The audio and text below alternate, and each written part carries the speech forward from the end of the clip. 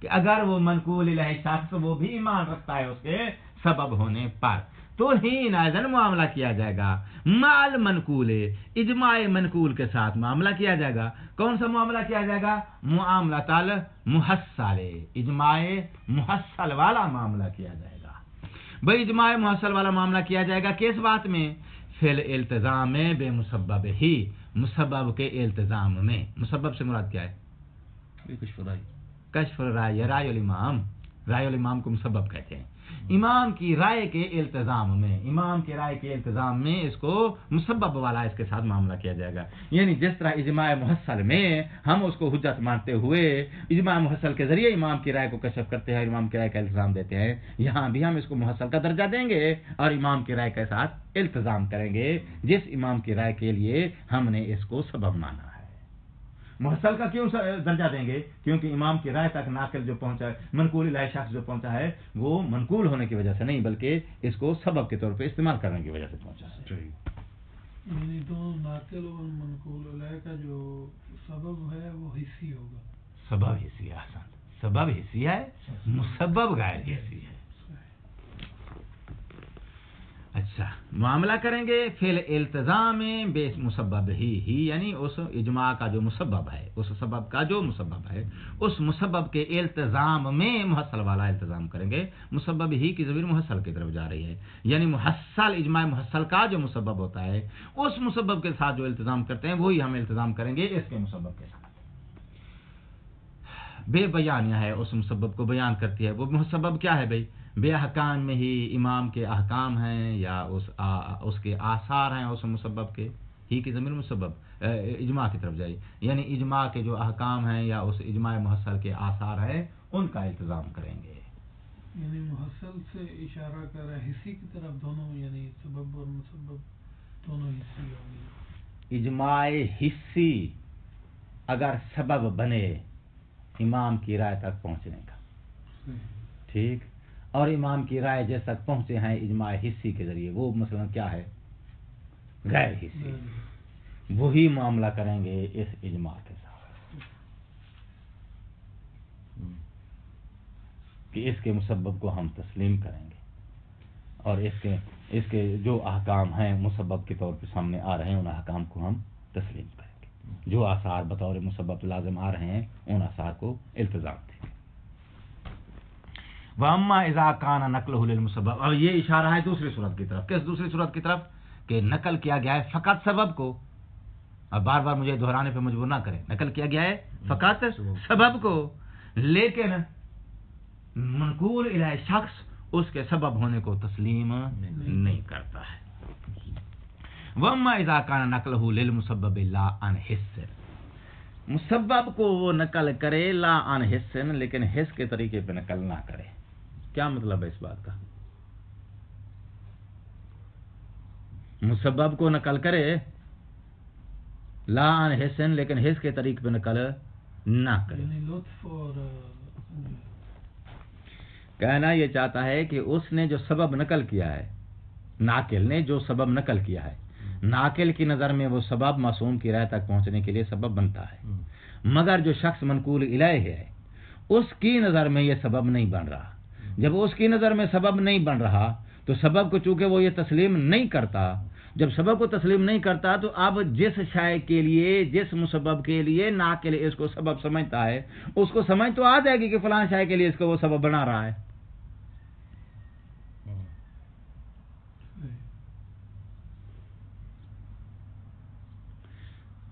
سبب اور مسبب کے درمیان رشتہ ہے لازم ملزوم کا. ٹھیک ہے جی. جس کے سامنے وہ نقل کر رہا ہے وہ شخص اس کے سبب ہونے کو تسلیم نہیں کرتا. سبب کو جو تسلیم نہیں کرتا تو اس کا مطلب یہ ہے کہ جو ملزوم ہے اس سبب کا جو ملزوم ہے اس سبب کا جو لازم ہے. سبب خود ملزوم ہوتا ہے نا. سبب خود ملزوم ہوتا ہے اور اس کا جو لازم ہے یعنی جو اس کا مسبب ہے وہ مسبب جو ہے منقول الیہ شخص اس ناقل کے بیان کی صورت میں اس کو سمجھ رہا ہے مانتا نہیں اس کو لیکن اس سبب کو اس تک پہنچنے کے لیے سبب نہیں مانتا ہے. چونکہ سبب نہیں مانتا ہے تو سبب نہ ماننے کی صورت میں ہم کیا کہیں گے؟ یہ کہیں گے کہ مسبب اس کے سامنے نقل ہو کیا ہے؟ لا عن طریق الحس. تو جو ہے کیفیت کیا بنے گی؟ لا عن طریق الحس ہو جائے گی، کیونکہ وہ سبب جو ہے جو مسبب ہے وہ ہے اس کا لازم، اور یہ سبب اس کے سبب ہونے کو منقول الیہ شخص تسلیم نہیں کرتا. جب اس کے سبب ہونے کو تسلیم نہیں کرتا تو پھر وہ مسبب اس منقول الیہ شخص کے لیے کیا حیثیت رکھے گا؟ منقول عن طریق الحس کی حیثیت رکھے گا. جب وہ سبب کو مانتا ہی نہیں ہے پھر کیسے؟ مسبب اس وقت حصی ہو جائے گی. مسبب حصی نہیں ہوا ہے، لا عن حس. جب مولا کا فرمان جو ہے وہ اس تک پہنچ گیا تو وہ حصی نہ ہو گیا. اجماع اس نے اجماع لطفی ہے یا اجماع حدسی ہے، جو کہ سبب بنتا ہے امام کی رائے تک پہنچنے کے لیے، اور امام کی رائے اس کے لیے لازم ہوتی ہے لزوم کے ذریعے. یہ سبب ہے اور رائے امام کی رائے تک پہنچتے ہم اس کو لازم ہونے کی بنا پہ. ٹھیک ہے جی. ان دو صورتوں میں امام کی رائے کیا ہے؟ لازم، اور سبب جو ہے ملزوم ہے. اچھا، اب جس شخص کے سامنے آپ نے اس کو نقل کیا ہے اجماع لطفی کو، پچھلی صورت جو ابھی ہم نے بیان کی اس میں اور اس صورت میں فرق صرف اس بات کا ہے کہ ہے وہاں بھی اجماع لطفی اور حدسی ہے، ادھر بھی اجماع لطفی اور حدسی. فرق یہ ہے کہ پچھلی صورت میں مفروض یہ ہے کہ وہ اس کو سبب ہونا مانتا ہے، اور اس صورت میں اس کے سبب ہونے کو وہ نہیں مانتا ہے. جب اس کے سبب ہونے کو نہیں مانتا ہے تو ایسی صورت میں وہ رائے امام، جس رائے امام کا وہ ناقل قائل ہے، ٹھیک ہے نا، جس رائے کا وہ ناقل قائل ہے، جس رائے تک وہ پہنچا ہے ان کو سبب ماننے کی بنا پہ، اور منقول الیہ شخص ان کو سبب نہیں مانتا ہے. جب سبب نہیں مانتا ہے تو سبب پر تو آ جائے گا ضرب کا نشان. ٹھیک، باقی رہ گئی وہ بات جو مسبب ہے، جو امام کی رائے ہے، جو ناقل کی نظر میں اس کا مسبب ہے. مصنف کہتے ہیں منقول الیہ شخص کے لیے وہی رائے جس کو اس ناقل نے مسبب ہونے کی بنا پہ ان اسباب کے ذریعے کشف کیا ہے. منقول الیہ شخص کے لیے چونکہ وہ ان کے سبب ہونے کو تسلیم نہیں کرتا، وہ امام کی رائے جو ہے وہ منقول عن طریق لاحظ کہلائے گی.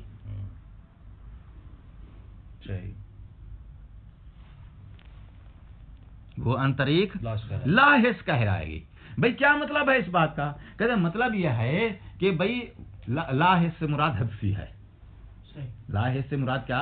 حدسی ہے. خود ناقل کی نظر میں بھی وہ مسبب حدسی آئے، ناقل کی نظر میں بھی وہ مسبب حدسی آئے، لیکن منقول الہ شخص چونکہ سبب جو کہ حصی ہے، یہ ذہن میں رہے کہ سبب حصی ہے، مسبب حدسی ہے. ناقل کی نظر میں یہ سبب حصی سبب بن رہا ہے، منقول الہ شخص کی نظر میں یہ سبب حصی سبب نہیں بن رہا. جب سبب حصی سبب نہیں بن رہا تو سبب کو تو ہم انکار کر دیں گے، منقول الہ شخص اس کا انکار کر دے گا. جب انکار کر دے گا تو باقی بات کیا؟ مسبب. اور مسبب کیا ہے؟ وہ ہے مسبب حدسی.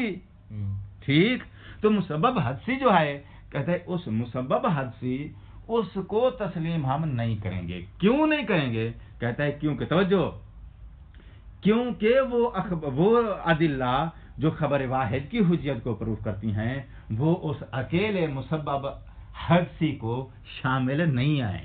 ٹھیک ہے، تو جو ہے اکیلا سمجھ گئے نا، اکیلے کلاس کیوں بول رہا ہوں؟ کیونکہ سبب کے سبب ہونے کا یہ منقول الیہ شخص قائل نہیں ہے. تو اکیلی وہی بچ گئی جو کہ مسبب ہے، جس تک ناقل پہنچا ہے. ٹھیک، جس تک ناقل پہنچا ہے وہ اکیلی بچ گئی. تو منقول الہ شخص کی نسبت سے وہ اکیلا مسبب جو ہے وہ حجت نہیں ہے. کیوں حجت نہیں ہے؟ کیونکہ اس کی حجت ہم نے ثابت کرنی ہوتی ہے ان اخبار کے ذریعے جو خبر واحد کی حجت کو پروف کرتی ہیں. وہ ادلہ جو ہیں خبر واحد کی حجت کو پروف کرنے والی، وہ اس کو اکیلے مسبب غیر حصی کو شامل نہیں ہے. یہ فرضی بنائی ہے قبلہ ملزوم کے بغیر لازم کیسے آ گیا اس کے ذہن میں؟ اصل میں اس کو کہنا تو یہ چاہیے تھا کہ بھئی اگر وہ شخص اس کے سبب ہونے کو تسلیم نہیں کرتا ہے تو ایسی صورت میں یہ اجماع منقول عنہ کی نظر میں خبر واحد کا مصداق قرار نہیں پائے گا. سیدھی سی بات ہے. ٹھیک ہے نا؟ یعنی بالفرض خبر واحد کو ہی لے لیں. اگر آپ کے نزدیک خبر واحد معصوم کی رائے تک کاشف نہیں ہے تو آپ اس خبر واحد کو تسلیم کریں گے؟ تو خود خبر واحد جس وقت معصوم بات لزوم کی ہو رہی ہے. مثلا خبر واحد کا ایک مدلول مطابقی ہے، ایک مدلول التزامی ہے. اب اس مدلول التزامی میں آ جائیں. اگر آپ لزوم کا انکار کر دیں کہ خبر واحد جو ہے اس کو یہ مدلول فلاں چیز جو ہے لازم نہیں آ رہا ہے، تو لزوم کا انکار کرنے کی صورت میں آپ خبر واحد کو اس مدلول التزامی کے لیے حجت مانیں گے؟ نہیں مانیں گے. توجہ ہے؟ تو وہ خبر واحد جس خبر واحد کے بارے میں دعویٰ کر دیا جائے کہ فلاں بات اس پہ لازم آ رہی ہے، ٹھیک، تو جو شخص دعویٰ رکھتا ہے وہاں وہ لزوم کا قائل ہے، تو چونکہ وہ لزوم کا قائل ہے تو اس کی نظر میں یہ لازم حجت ہو جائے گا چونکہ یہ لزوم کا قائل ہے. لیکن دوسرا شخص جو یہاں لزوم کے وجود کا قائل نہیں ہے وہ اس لازم آنے والی چیز کو تسلیم نہیں کرے گا. اجماع میں بھی یہی صورت ہے. یہاں ہم اجماع بیان کر رہے ہیں کون سا؟ جس میں امام کی رائے اور یہ لازم لزوم کا رشتہ رکھتے ہیں. اگر آپ اس کے سبب ہونے کو تسلیم نہیں کرتے، سبب ہونے کو تسلیم نہ کرنے کا مطلب یہ ہے کہ بھئی آپ سبب اور مسبب کے درمیان لزوم کے رشتے کے قائل نہیں ہیں. منقول ہو منقول الہی شخص جو ہے یہاں لزوم کے وجود کو تسلیم نہیں کرتا، لزوم کے وجود پہ ایمان نہیں رکھتا. جب لزوم کے وجود پہ ایمان نہیں رکھتا تو اب ایسی صورت میں یہ اجماع خبر واحد کے دائرے میں نہیں جائے گا. بجائے یہ اس طریقے سے بیان کرنے کے اس نے جو ہے وہ سبب والا راستہ اختیار کرنے کے بجائے اس نے مسبب والا راستہ اختیار کیا ہے. کہتا ہے اس صورت میں یہ مسبب جو ہے کہ جس تک پہنچنے والے سبب کو منقول الہی شخص سبب تسلیم نہیں کرتا، یہ مسبب جو ہے اس کو وہ ادلہ جو خبر واحد کی حجت کو پروف کرتی ہیں وہ اس کو شامل نہیں ہے. جب شامل نہیں ہے تو پھر یہ حجت نہیں ہے. ہم مصنف کے جس راستے سے وہ نتیجے تک پہنچے اس راستے کو ہم فالو کر رہے ہیں. مطلب یہی ہے کہ کہنا وہ یہ چاہتا ہے کہ بھئی یہ والا اجماع کہ جس اجماع کے سبب ہونے کا منقول الہی شخص قائل نہیں ہے، سبب ہونے کو تسلیم نہیں کر رہا ہے. جب سبب ہونے کو ہی وہ تسلیم نہیں کرتا ہے، گویا یہ ایسے ہے کہ جیسے کسی کے سامنے کوئی روایت بیان کی جائے اور وہ یہ کہہ دے کہ میں اس کے امام کی روایت ہونے کو تسلیم ہی نہیں کرتا. مجھے اخبار میں ایسا ہوتا نہیں ہے. ایک آدمی کے نزدیک، ایک مجتہد کے نزدیک ایک روایت کی سند تام ہے، وہ اس کو جو ہے معصوم کا کلام مانتا ہے. دوسرے کے نزدیک اس کی سند تام نہیں ہے تو اس کو جو ہے معصوم کی حدیث نہیں مانتا. جو منقول الہی شخص اگر اس اجماع کے سبب ہونے کو مان رہا ہے تو گویا یہ بے منزلہ ہو جائے گی اس روایت کے جس کی سند تام ہے. اور یہ وہ شخص جو اس کے اجماع کے سبب ہونے کو تسلیم نہیں کرتا ہے تو یہ بے منزلہ ہو جائے گا اس روایت کے جس کی سند تام نہیں ہے. تو یہ کہہ دیتا ڈائریکٹلی کہ بھئی یہ خبر واحد کے مصادیق میں سے نہیں ہے. جب مصادیق میں سے نہیں ہے تو آٹومیٹکلی فیصلہ ہو جاتا کہ بھئی یہ اس کی حجت ثابت نہیں ہے. لیکن یہ طریقہ استعمال نہیں کیا، اس نے راستہ بدلا ہے. وہ کہتا ہے کہ اجماع جو کہ سبب ہونا تسلیم نہیں کر رہا ہے منقول الہی شخص، تو ایسی صورت میں اس اجماع کا جو مسبب ہے اس مسبب کو خبر واحد کی حجت کو پروف کرنے والی ادلہ شامل نہیں. لہذا انداز اس نے بدل دیا ہے، میں نے وہ بیان کر دیا ہے. وَأَمَّا إِذَا كَانَ نَقْلُهُ لِلْمُسَبَّبِ لَا عَنْ حِسٍّ، وہ شخص مسبب کو نقل کرتا ہے لا عن حسن، حس کے طریقے پر نقل نہیں کرتا، بل بے ملازمتن، ایک ملازمت کی بنیاد پہ نقل کرتا ہے، ثابتتن، جو ملازمت ثابت ہے، عند الناقل بے واجہن، یعنی بواجہنی بدلیل، کسی ایسی دلیل کی بنا پہ کہ جو ناقل کی نظر میں اس ملازمت کو ثابت کر رہی ہے، دون المنقول الہ، منقول الہ شخص جو ہے اس کی نظر میں وہ ملازمت ثابت نہیں ہے۔ ففیہ اشکال، تو اس اجماع کے حجت ہونے میں اشکال ہے۔ ففیہ ہے اس اجماع کے حجت ہونے میں اشکال ہے۔ کس اجماع کے؟ منقول الہ شخص جس کے سبب ہونے کو تسلیم نہیں کرتا، منقول الہ شخص کے لیے حجت ہونے میں اشکال ہے، ناقل کے لیے حجت ہونے میں نا اس کے تو حجت ہے۔ اچھا بھائی کیوں اشکال ہے آپ کو؟ دو دلیلیں مصنف نے دی ہیں۔ کہتا ہے دیکھیں ہم آتے ہیں ان ادلہ کے دروازے پہ جو خبر واحد کی حجت کو پروف کرتی ہیں۔ ان میں سے جو اہم ادلہ ہیں وہ دو قسم کی ہیں، نمبر ایک سیرت الاقلا، نمبر دو آیت و روایت۔ آیت و روایت دونوں ملا کے ہم ایک ہی شمار کریں گے، اگرچہ فردن فردن ان کی بحث آئے گی جب خبر واحد کی بحث آئے گی۔ کہتا ہے جو سیرت الاقلا ہے وہ ہے دلیل لبی۔ دلیل لبی کا بیان پہلے گزر چکا ہے۔ دلیل لبی جو ہے وہ فقط ان مصادیق کو شامل ہوتی ہے جو مصادیق علی نحو الیقین دلیل لبی کے دائرے میں داخل ہوں۔ جو مصادیق اس کے دائرے میں علی نحو الاحتمال ثابت ہوں ان مصادیق کو وہ شامل نہیں ہوتی۔ ٹھیک ہے، تو یہاں کہا جاتا ہے کہ دلیل لبی صرف قدر متیقن کو شامل ہوتی ہے۔ جو افراد مشکوک ہوتے ہیں ان کو قدر متیقن نہیں قدر مشکوک کہا جاتا ہے، ان کو وہ شامل نہیں ہوتے۔ تو اب آ جاؤ، ایک اجماع وہ ہے کہ جس کے سبب ہونے کو تسلیم کرتے ہیں آپ، جیسے کہ پچھلی صورت ہے۔ ایک اجماع وہ ہے جس کے سبب ہونے کو آپ تسلیم نہیں کرتے۔ تو جو ہے سنر صاحب نا سوری جلدی ہو گئے تھوڑا بات میں۔ تو یہ جو دلیل لبی ہے کس کی حجت کو پروف کرتی ہے؟ خبر واحد کی۔ اور خبر واحد جو ہے یہ ایک بار رائے کی معصوم کو کشف کرتی ہے عن طریق الحس، ایک بار کشف کرتی ہے عن طریق الحدث۔ اچھا، طریق الحدث والی صورت میں اگر شک ہو جائے کہ طریق الحدث جو ہے علی نحو الیقین کشف کر رہی ہے یا علی نحو الشک، شک والی صورت میں جب شک ہو جائے کہ یہ کشف کر رہی ہے کشف نہیں کر رہی، تو ایسی صورت میں سیرت الاقلا اس خبر واحد کی حجت کو پروف نہیں کرتی۔ کس خبر واحد کی حجت کو پروف نہیں کرتی؟ جو خبر واحد معصوم کی رائے کو کشف کرے عن طریق الحدث، اور طریق الحدث کشف کرنے میں بھی اس کا شک ہو کہ پتہ نہیں کشف کر رہی ہے یا نہیں۔ اچھا، جب شک ہے تو پھر قدر متیقن اس کی دامن میں کیا رہے گی خبر واحد کی کہ جس وقت وہ معصوم کی رائے کو کشف کرے عن طریق الحس یا معصوم کی رائے کو کشف کرے عن طریق الحدث، مگر یہ کہ آپ کو طریق الحدث بھی کشف کرنے میں اطمینان ہو کہ واقعاً کشف کر رہی ہے، تو قدر متیقن ہو جائے گی۔ جو قدر متیقن نہیں ہے اس کو یہ شامل نہیں رہے گی۔ تو اب ہم نے اجماع کو داخل کرنا ہے خبر واحد کے دائرے میں، تو اجماع بھی وہی خبر واحد کے دائرے میں داخل ہوگا جو اجماع قادر متیقن کے زمرے میں آتا ہے۔ جو قادر متیقن کے زمرے میں نہیں آتا وہ یہاں داخل نہیں ہوگا۔ السلام علیکم ورحمۃ اللہ وبرکاتہ۔